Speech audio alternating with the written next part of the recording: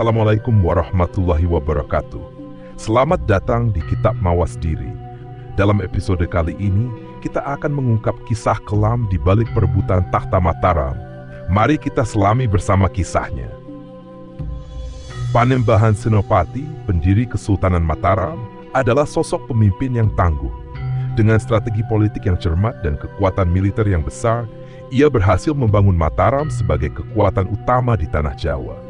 Ia menggempur sisa-sisa kekuasaan Pajang, menundukkan para adipati yang masih setia pada Demak, dan memperluas wilayahnya hingga mencakup sebagian besar Jawa Tengah dan Jawa Timur.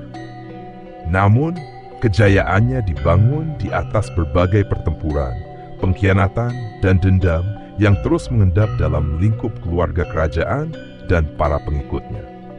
Dalam usahanya untuk memperkokoh takhta, Panembahan Senopati menerapkan politik yang keras. Ia tak segan menyingkirkan lawan-lawan politiknya, baik dari dalam keluarganya sendiri maupun dari kalangan para adipati yang menolak tunduk pada kekuasaannya. Ia juga membangun hubungan dengan dunia spiritual, mengklaim mendapat restu dari Ratu Kidul, penguasa gaib Laut Selatan. Legitimasi ini membuat rakyat para bangsawan semakin tunduk, tetapi juga menimbulkan kecemburuan dan perlawanan dari pihak-pihak yang merasa terancam. Di balik keberhasilannya, terdapat masalah mendasar yang ia tinggalkan, sistem suksesi yang belum stabil. Panembahan Senopati memiliki beberapa putra, tetapi tidak pernah secara tegas menunjuk siapa yang akan menggantikannya. Hal ini memunculkan persaingan di antara keturunan dan keluarga kerajaan. Selain itu, beberapa adipati yang pernah tunduk di bawah kekuasaannya mulai menyusun rencana untuk merebut kembali kedaulatan mereka setelah ia wafat. Sebelum wafat, Panembahan Senopati mencoba memastikan bahwa anak-anaknya akan tetap memegang kendali atas Mataram. Ia mendidik putra sulungnya, Raden Mas Jolang, dalam strategi politik dan perang. Namun, di balik layar, banyak kalangan yang meragukan apakah Jolang memiliki kemampuan sekuat ayahnya. Para adipati yang dahulu dipaksa tunduk mulai melihat celah dalam sistem pemerintahan Mataram. Kegelisahan ini semakin terasa ketika Panembahan Senopati wafat. Pergantian kekuasaan dari satu penguasa besar ke penerusnya selalu menjadi masa yang rentan terhadap perpecahan. Para pejabat istana, bangsawan, dan tokoh-tokoh militer mulai bersiap untuk melihat ke arah mana arah politik Mataram akan bergerak. Sementara itu, di kalangan keluarga kerajaan sendiri, mulai muncul ketegangan yang semakin membesar. Putra-putra Panembahan Senopati, para kerabat dan para penasihat yang dulu setia kepadanya memiliki kepentingan masing-masing. Beberapa ingin mempertahankan status quo, sementara yang lain melihat kesempatan untuk merebut lebih banyak kekuasaan. Warisan yang ditinggalkan Panembahan Senopati bukan hanya sebuah kerajaan yang kuat, tetapi juga sebuah bom waktu yang sewaktu-waktu bisa meledak. Kematian seorang pendiri kerajaan seringkali menjadi titik awal dari perpecahan, dan bagi Mataram, dendam, ambisi, dan perebutan kekuasaan mulai menyelimuti istana. Di tengah ketidakpastian ini, Raden Mas Jolang naik tahta sebagai penerus Panembahan Senopati, bergelar Sultan Anyak Rakusuma. Namun, kepemimpinannya akan segera menghadapi tantangan besar dari dalam maupun luar kerajaan. Bayangan warisan sang ayah masih kuat, tetapi ia harus membuktikan dirinya mampu mempertahankan Mataram dari ancaman yang mulai mengintai. Dendam yang diwariskan Panembahan Senopati pun perlahan mulai menyulut api konflik di dalam Mataram. Setelah kematian Panembahan Senopati dan masa pemerintahan Sultan Anyak Rakusuma yang relatif singkat, Kesultanan Mataram mencapai puncak kejayaannya di bawah kepemimpinan Sultan Agung. Dengan ketegasan dan ambisi besar, ia berupaya memperluas wilayah Mataram, menundukkan kerajaan-kerajaan kecil di Jawa, dan mengusir pengaruh VOC dari Nusantara. Namun, di balik kejayaan ini, benih-benih pengkhianatan mulai tumbuh di dalam istana dan kalangan bangsawan. Sultan Agung dikenal sebagai pemimpin yang keras dan tidak mentoleransi perbedaan pendapat, terutama dari para adipati yang sebelumnya setia kepada Mataram. Ia menaklukkan Surabaya setelah Perang Panjang, menghancurkan kerajaan-kerajaan pesisir yang menolak tunduk dan memusatkan kekuasaan di tangan kerajaan. Para penguasa lokal yang dulunya memiliki otonomi perlahan-lahan kehilangan hak mereka, sehingga kebencian terhadap Sultan Agung semakin membesar. Di dalam istana sendiri, ketegangan mulai muncul. Sultan Agung mengandalkan para penasihat yang loyal, tetapi banyak dari mereka yang mulai meragukan kebijakannya. Kalangan bangsawan merasa terancam oleh kebijakan sentralisasi yang memusatkan seluruh kekuasaan di tangan Sultan. Beberapa di antara mereka mulai menjalin hubungan dengan VOC yang saat itu semakin kuat di Batavia. Pemberontakan pertama yang menunjukkan adanya perpecahan dalam Mataram terjadi di pesisir utara. Beberapa adipati yang merasa hak mereka dirampas mulai menolak perintah dari Sultan Agung. Pemberontakan ini berhasil dipadamkan, tetapi Sultan Agung tidak memaafkan mereka. Hukuman berat dijatuhkan kepada para pengkhianat, termasuk eksekusi dan perampasan tanah. Namun, langkah ini justru semakin menambah dendam di kalangan bangsawan. Mereka yang masih hidup diam-diam menyusun rencana untuk melemahkan Mataram dari dalam. Mereka mulai membentuk aliansi rahasia dengan pihak yang tidak puas terhadap kepemimpinan Sultan Agung, termasuk para saudara dan kerabat kerajaan yang merasa berhak atas takhta. Sementara itu, hubungan Mataram dengan VOC semakin memburuk. Sultan Agung melihat Belanda sebagai ancaman yang harus dihancurkan. Ia 2 kali melancarkan serangan besar ke Batavia, tetapi keduanya gagal. Kekalahan ini mempermalukan Mataram dan semakin memperburuk citra Sultan Agung di mata para bangsawan yang mulai meragukan kehebatannya. Kegagalan ini juga menjadi titik balik bagi mereka yang diam-diam menginginkan kejatuhan Sultan Agung. Meskipun secara terbuka mereka tetap menunjukkan kesetiaan, di balik layar mereka mulai menyusun strategi untuk melemahkan Mataram. Beberapa bangsawan mulai berhubungan dengan Belanda, berharap mendapatkan keuntungan jika suatu saat Sultan Agung jatuh. Namun Sultan Agung bukanlah pemimpin yang mudah dijatuhkan.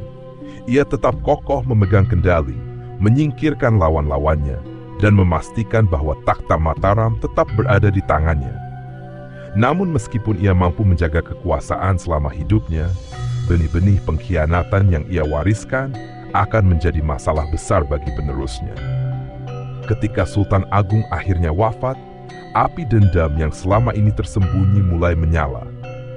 Para bangsawan yang selama ini menunggu saat yang tepat mulai bergerak, memicu konflik berdarah di dalam istana. Mataram yang selama ini kokoh mulai menunjukkan retakan yang akan semakin membesar di kemudian hari. Ketika Sultan Agung wafat, Mataram berada di puncak kejayaannya. Wilayahnya luas, kekuasaannya disegani, dan warisannya sebagai pemimpin besar telah tertanam kuat. Namun, di balik semua itu, ia meninggalkan persoalan besar yang akan menjadi sumber kekacauan. Suksesi takhta yang penuh dengan intrik dan dendam. Sultan Agung digantikan oleh putranya, Raden Mas Saidin, yang kemudian bergelar Amangkurat I. Namun transisi kekuasaan ini tidak berjalan mulus. Sejak awal, banyak bangsawan dan keluarga kerajaan yang tidak puas dengan penunjukan Amangkurat I sebagai penerus. Mereka menganggapnya tidak sekuat ayahnya dan terlalu lemah dalam menghadapi tekanan politik. Di dalam istana, para pangeran dan bangsawan mulai bergerak. Mereka yang merasa berhak atas takhta mulai menyusun strategi untuk melemahkan Amangkurat I. Di antara mereka terdapat saudara-saudaranya sendiri, para kerabat jauh, hingga para pejabat tinggi yang sebelumnya setia kepada Sultan Agung. Sadar bahwa kekuasaannya terancam, Amangkurat I mengambil langkah drastis. Ia mulai membersihkan istana dari orang-orang yang dianggap berpotensi memberontak. Pembunuhan politik menjadi hal yang lazim, dan banyak bangsawan yang setia kepada Sultan Agung dibunuh secara diam-diam atau diasingkan. Namun, tindakan keras ini justru memperburuk situasi. Para bangsawan yang selamat dari pembersihan ini semakin membenci Amangkurat I. Mereka mulai bersekutu dengan kekuatan luar, termasuk dengan VOC, yang melihat perpecahan dalam Mataram sebagai kesempatan untuk memperluas pengaruh mereka.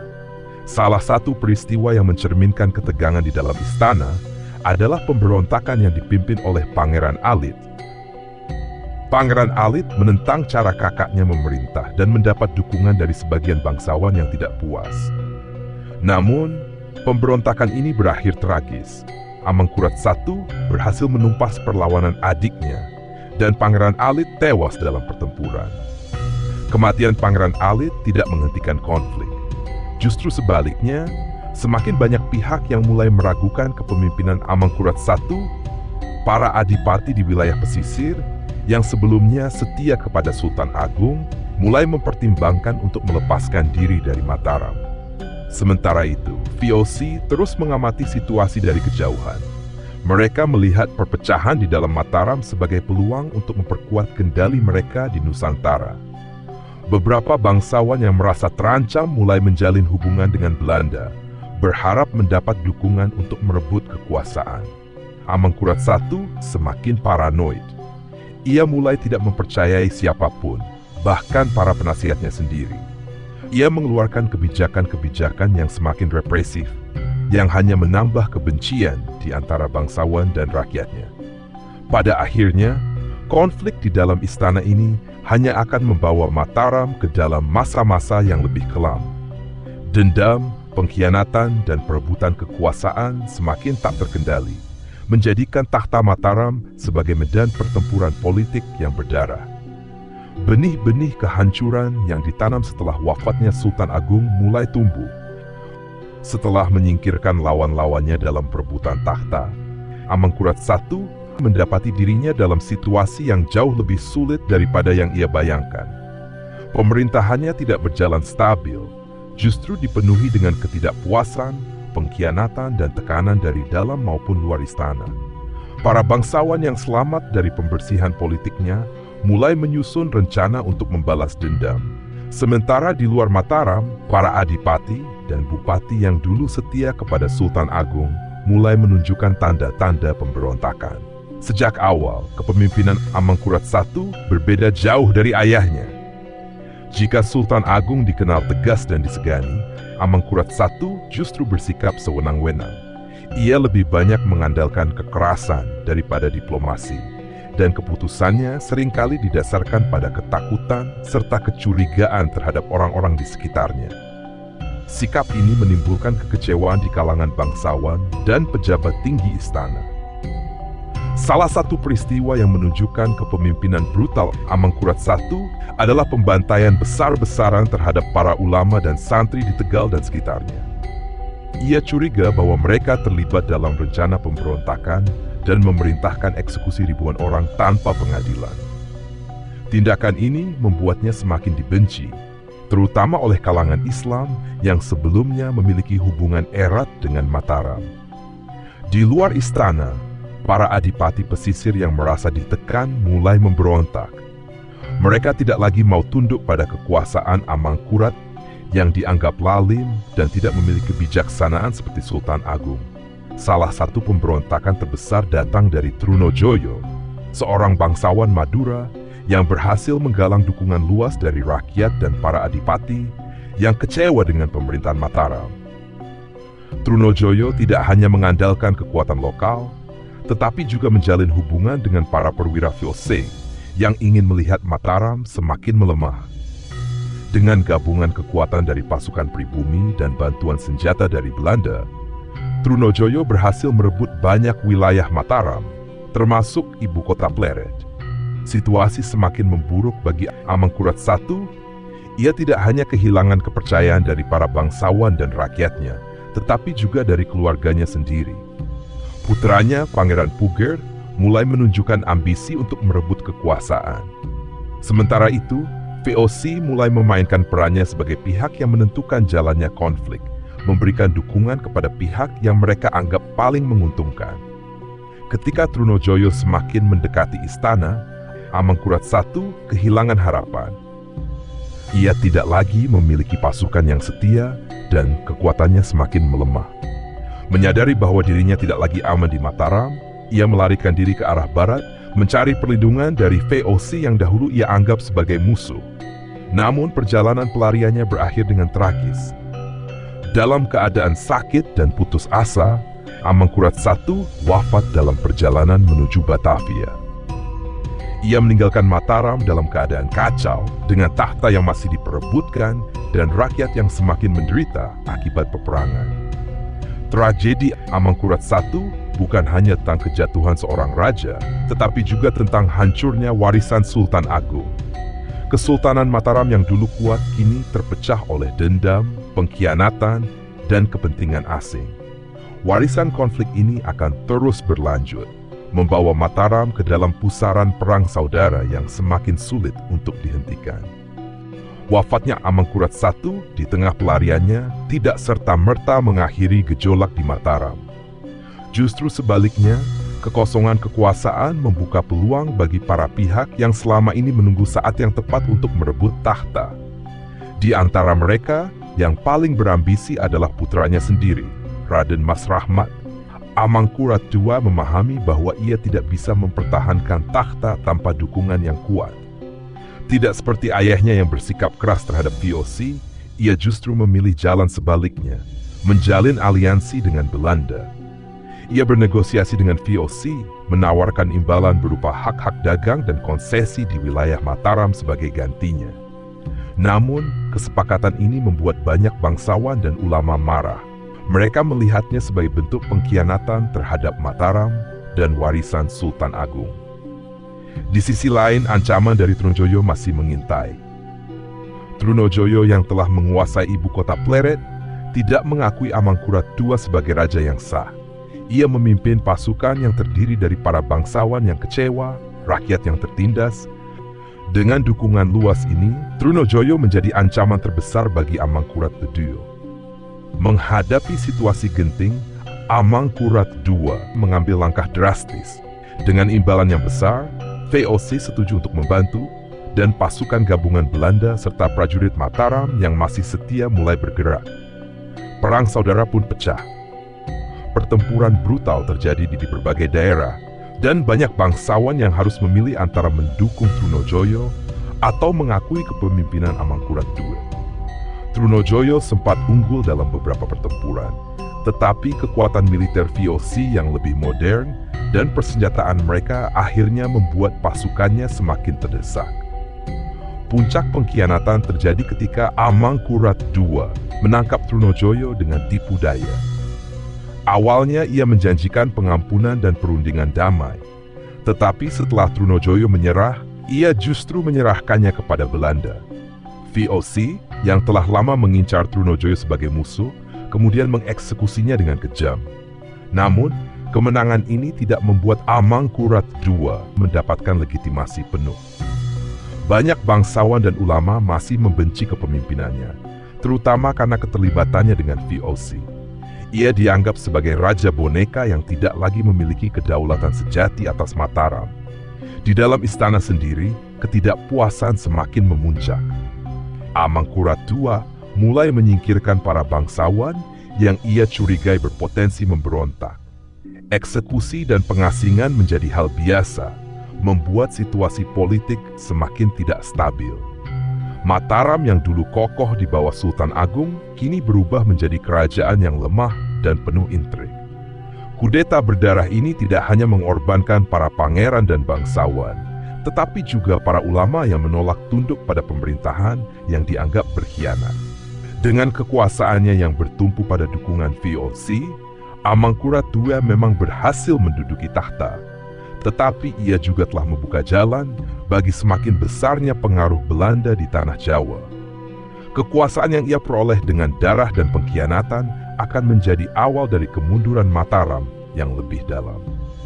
Setelah kudeta berdarah yang membawa Amangkurat II ke tahta, Mataram tidak serta-merta menjadi kerajaan yang stabil. Justru sebaliknya, pemerintahan Amangkurat II dipenuhi dengan ketidakpercayaan, pengkhianatan, dan ketergantungan terhadap VOC. Keadaan ini menciptakan celah bagi berbagai pihak untuk ikut campur dalam perebutan kekuasaan, memicu perang saudara yang berkepanjangan. Perang saudara ini tidak hanya terjadi di dalam istana, tetapi juga melibatkan adipati-adipati daerah, para pangeran yang mengklaim hak atas tahta, serta pasukan bayaran yang disewa dari luar. Beberapa pangeran yang merasa berhak atas kekuasaan mulai menghimpun pasukan sendiri dan mencari dukungan dari kerajaan lain, bahkan dari Belanda, yang semakin memperkuat pengaruhnya di Jawa. Salah satu tokoh yang menantang kekuasaan Amangkurat II adalah Pangeran Puger, saudara kandungnya sendiri. Ia menolak mengakui kepemimpinan Amangkurat II yang dianggap terlalu lemah dan terlalu tunduk pada VOC. Pangeran Puger menggalang dukungan dari para bangsawan dan rakyat yang kecewa, membentuk kekuatan yang cukup besar untuk merebut kembali tahta Mataram. Perang antara Amangkurat II, Pangeran Puger berlangsung sengit. Mataram terpecah menjadi dua kubu. Satu mendukung raja yang sah tetapi lemah, sementara yang lain berpihak pada pangeran pemberontak yang dianggap lebih layak memimpin. Dalam situasi ini, VOC memainkan peran licik dengan berpura-pura mendukung Amangkurat II, tetapi di sisi lain juga berusaha memanfaatkan Pangeran Puger untuk kepentingan mereka sendiri. Pertempuran berkecamuk di berbagai wilayah Mataram. Ibu kota sering berpindah tangan, desa-desa terbakar, dan rakyat menjadi korban utama dari perang saudara yang tak kunjung usai. Banyak bangsawan yang awalnya setia kepada Amangkurat II mulai berbalik mendukung Pangeran Puger, terutama karena raja yang sah ini semakin bergantung pada VOC yang menuntut lebih banyak wilayah dan hak dagang sebagai imbalan atas dukungan militer mereka. Pada akhirnya, perang saudara ini dimenangkan oleh Pangeran Puger dengan bantuan VOC. Amangkurat II yang sebelumnya berkuasa dengan bantuan Belanda justru dikhianati oleh mereka sendiri. Kekalahan ini memaksanya untuk menerima kenyataan bahwa ia tidak lagi memiliki kendali penuh atas Mataram. Setelah kekuasaannya runtuh, Pangeran Puger naik takhta dengan gelar Pakubuwono I. Namun, kemenangan ini bukanlah akhir dari penderitaan Mataram. Dengan semakin besarnya pengaruh VOC dalam politik kerajaan, Mataram kehilangan sebagian besar kedaulatannya. Para pangeran yang dulu bertempur demi takhta kini harus tunduk pada kekuatan asing yang telah membantu mereka berkuasa. Perang saudara ini tidak hanya melemahkan kerajaan secara militer, tetapi juga merusak legitimasi Mataram sebagai pusat kekuasaan di Jawa. Apa yang dulu merupakan kerajaan besar, kini terpecah belah oleh kepentingan pribadi dan pengaruh asing. Setelah perang saudara yang melemahkan Mataram, dinasti baru akhirnya muncul dengan naiknya Pakubuwono I ke tahta. Ia adalah Pangeran Puger yang berhasil menggulingkan Amangkurat II dengan dukungan VOC. Namun, meski telah berhasil merebut kekuasaan, tugas berat menantinya, menyatukan kembali Mataram yang telah terpecah akibat konflik berkepanjangan. Pakubuwana mencoba merangkul para bangsawan yang sebelumnya bertikai dan berusaha membangun kembali kestabilan kerajaan. Ia menyadari bahwa Mataram tidak akan mampu bertahan jika terus dilanda konflik internal. Namun, bayangan dendam dan pengkhianatan masih menghantui. Banyak pihak yang belum bisa menerima kekuasaannya, terutama para pendukung Amangkurat II yang masih memiliki pengaruh di beberapa wilayah. Sementara itu, VOC semakin menancapkan cengkeramannya. Sebagai imbalan atas dukungan mereka dalam perang saudara, mereka menuntut lebih banyak hak dagang dan wilayah strategis. Pakubuwono I tidak memiliki pilihan selain menuruti keinginan mereka yang semakin mengurangi kedaulatan Mataram. Meski berusaha memulihkan kerajaan, Pakubuwono I tidak mampu sepenuhnya menghapus luka yang ditinggalkan oleh perang saudara. Kekuasaan Mataram yang dulu besar, kini semakin lemah, bergantung pada persekutuan dengan VOC yang sewaktu-waktu bisa berbalik arah. Dinasti baru ini memang membawa harapan, tetapi juga membawa warisan konflik yang belum sepenuhnya berakhir. Dendam masa lalu masih menyala di hati banyak pihak, menandakan bahwa perebutan kekuasaan di Mataram belum benar-benar selesai. Meski dinasti baru telah bangkit, bayang-bayang perpecahan masih terus menghantui Mataram. Setiap pergantian raja selalu diiringi oleh intrik politik, pengkhianatan, dan perebutan kekuasaan yang seringkali berujung pada pertumpahan darah. Para pangeran dan bangsawan tidak pernah benar-benar berhenti saling mencurigai. Sementara VOC semakin memainkan perannya dalam menentukan siapa yang berhak naik takhta. Pakubuwana berhasil mempertahankan kerajaan, tetapi dengan harga yang mahal. Wilayah Mataram terus menyusut akibat perjanjian-perjanjian yang menguntungkan VOC. Sementara itu, para keturunan raja yang kalah tidak pernah berhenti merencanakan pembalasan. Setiap kali seorang penguasa melemah, pemberontakan dan perebutan kekuasaan kembali terjadi, menjadikan Mataram sebagai kerajaan yang selalu dilanda konflik internal. Dendam yang diwariskan dari generasi ke generasi menjadi kutukan bagi Mataram. Tidak ada satupun penguasa yang benar-benar bisa memerintah dengan tenang tanpa adanya ancaman dari dalam. Setiap pangeran melihat takhta sebagai haknya, dan setiap bangsawan mencari peluang untuk memperbesar pengaruhnya. Sejarah Mataram pun menjadi cerminan dari ambisi manusia yang tak pernah puas. Kekuasaan yang seharusnya digunakan untuk membangun kesejahteraan justru menjadi sumber kehancuran. Dendam yang tak pernah padam ini akhirnya membawa Mataram ke titik kehancuran yang lebih besar, membuka jalan bagi kolonialisme untuk semakin mencengkram Nusantara. Warisan ini menjadi pelajaran bahwa perebutan takhta yang berdarah-darah tidak hanya menghancurkan kerajaan, tetapi juga meninggalkan luka yang sulit disembuhkan. Demikianlah kisah tentang dendam di balik perebutan takhta Mataram. Sejarah ini mengajarkan kita bahwa kekuasaan yang diperjuangkan dengan pengkhianatan dan pertumpahan darah hanya akan meninggalkan luka bagi generasi selanjutnya. Semoga kita bisa mengambil hikmah dari masa lalu agar tidak mengulang kesalahan yang sama. Terima kasih telah menyimak Kitab Mawas Diri.